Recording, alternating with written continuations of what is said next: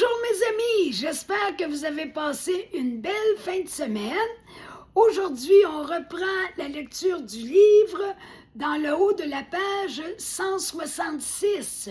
Mon nom, c'est Solange Thibodeau, alias Solange Bonheur, et je suis l'auteur du livre « De la COVID-19 à la dictature mondiale ».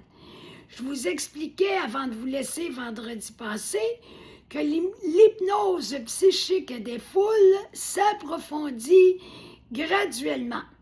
Par exemple, des gens mettraient leurs mains au feu pour soutenir le récit covidien, figurant comme seule vérité. Ils sont tellement convaincus qu'ils ne s'en tiennent qu'aux faits réels.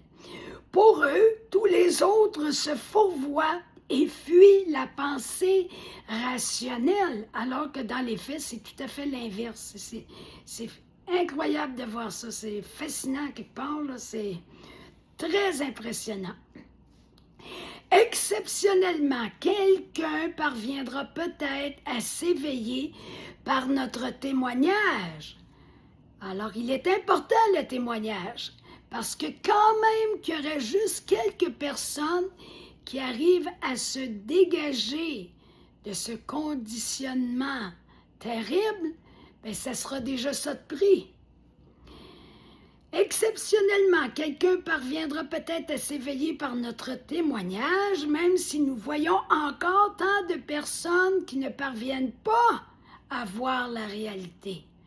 Surtout si nous travaillons de manière très stratégique, comme je le fais dans mon livre, continue Mathias Desmet. Comment? En construisant très lentement un discours qui favorise un retour à la pensée critique et en surmontant, excusez-moi, petit à petit, la forte résistance qu'engendre le conditionnement social. Cette phrase-là m'a beaucoup inspirée parce que j'en ai tenu compte dans l'agencement de mes chapitres pour qu'il y ait une progression, pour qu'on comprenne graduellement d'une étape à l'autre. Je trouve qu'il y a eu une bonne idée de nous exprimer l'importance d'y aller graduellement quand on veut expliquer aux gens les choses. J'ai eu vent, dit-il, de plusieurs personnes qui, de manière plus ou moins claire, ont pris conscience de la réalité telle qu'elle se présente en consultant mon livre. Moi-même aussi, je connais des personnes qui ont changé, comme on dit, leur capot de bord après avoir lu mon livre. Pas une tonne, mais quand même, c'est assez impressionnant. Nous pouvons obtenir de bons résultats, mais de façon très occasionnelle. Compte tenu de la définition du formatage des masses, nous ne réussirons jamais à sauver tout le monde des griffes de cette emprise diabolique. Il ne faut pas se conter d'histoires, il ne faut pas se raconter des menteries. Espérer atteindre l'éveil de la majorité relève d'une illusion. Il y a assez de monde dans l'illusion à l'heure actuelle que nous autres, on ne rentrera pas là-dedans, certains. En tout cas, ça ne serait pas une bonne idée. Gustave Le Bon le décrit dans son livre « La psychologie des foules ». Ce point s'avère tellement capital. La plupart des gens demeurent conditionnés, mais la voix dissidente perturbe constamment cette forme d'emprise psychologique. C'est pour ça qu'elle est très importante. Lorsque les voix discordantes se font entendre, le conditionnement psychique ne s'enfonce jamais aussi profondément. C'est important de ne pas lâcher, de toujours tenter d'apporter des petits doutes. Quand même, ce serait juste des petits doutes. Avec le temps, ça peut faire son chemin.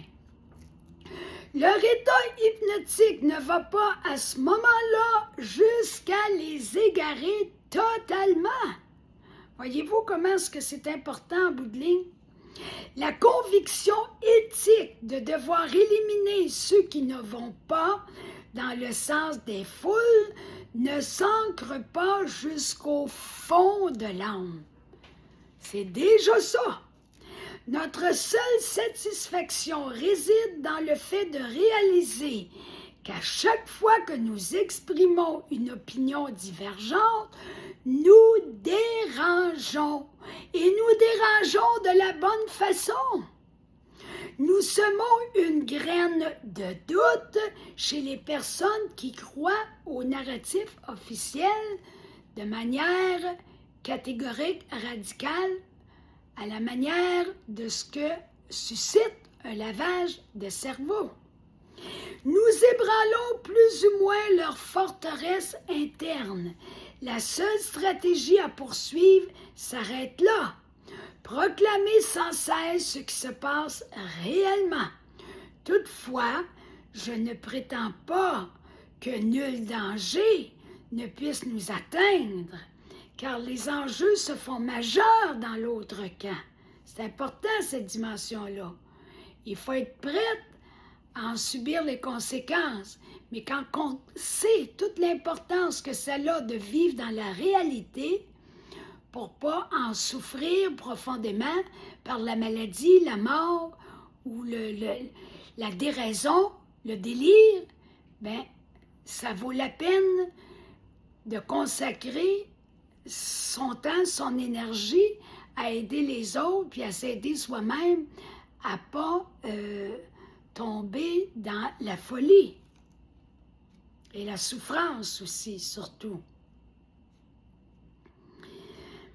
Je reprends ma phrase parce que là, je me suis égarée de mon texte.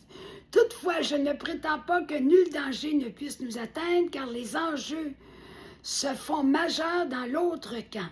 Sauf que notre conscience, notre intégrité, notre amour de la justice et de la vérité nous invitent à témoigner de la réalité malgré la crainte d'en payer le prix. On a vu tant de personnes parmi les lanceurs d'alerte, les médecins spécialistes, les sommités mondiales, qui ont subi de terribles conséquences, mais par amour de la vérité, se sont tenus debout. C'est absolument merveilleux. Puis moi, je les vois aller. C'est un témoignage inspirant pour moi et je veux aller dans cette direction-là et j'espère que de mon côté, je pourrai aussi vous inspirer, de vous donner pour que les gens puissent se sortir de cette folie-là qui est dramatique partout sur la planète. Parce que même si aujourd'hui, en 2026, on n'est plus dans la crise de la COVID comme on a été il y a quelques années, reste qu'il y a un cheminement qui est là vers la dictature mondiale, autrement que par la COVID, mais elle n'en demeure pas moins efficace. Donc, il faut se protéger, avoir l'esprit vraiment clair par rapport à ce qui se passe. Heureusement que le totalitarisme se veut par essence autodestructeur. C'est notre chance de s'en sortir. Il s'épuise avec le temps. C'est ce que j'espère de tout cœur. À la fin, il s'élimine de lui-même. Quand je vous disais que, habituellement, avec le totalitarisme gagne des batailles, mais jamais la guerre. Alors le mal semble prendre du terrain, mais le bien va triompher. C'est le mystère pascal qu'on vient de vivre dernièrement. Le Christ est vainqueur du mal et de la mort, et il a déjà gagné si on s'ouvre à son amour et à l'amour de Dieu et du prochain. Alors, on n'a pas à s'inquiéter, même si on s'enfonce, comme on pourrait dire de façon symbolique, dans le vendredi saint. Pâques va arriver un jour. On va s'en remettre. On va ressusciter à quelque part. OK, là, je vous propose une vidéo, extrait, trait d'union RQ, plus lien paru 19 juin 2023, Mathias Desmet, autoritarisme et groupe témoin. C'était placé sur rumble.com. Les États totalitaires, pour reprendre les mots d'Hannah Arendt, dévorent finalement ses propres enfants. Toujours.